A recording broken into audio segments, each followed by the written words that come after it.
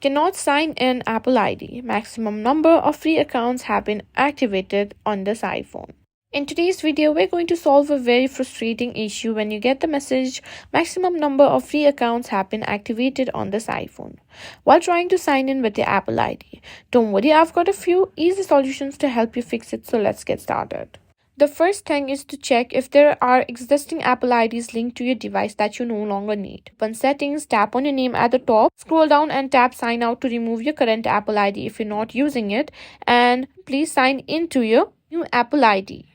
If you still can't sign in, proceed to the next step. Now simply search for account and tap on Media and Purchases over there.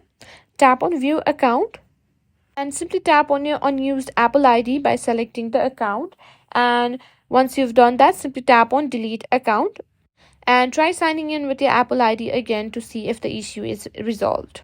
Now let's contact Apple support for assistance. You can go to support.apple.com or use the Apple support app as well. You can either chat, call, or schedule an appointment at the Apple store. Apple support can help you identify if there's an account that needs to be removed manually or provide other solutions. If this also didn't work, as a last resort, what you can do is go to Settings, tap on General, and go to Reset. And tap on Erase All Content and Setting. Once your iPhone is reset, you can set it up as new and try signing in with your Apple ID. And there you have it. Those are the steps you can take to fix the maximum number of free accounts have been activated on this iPhone.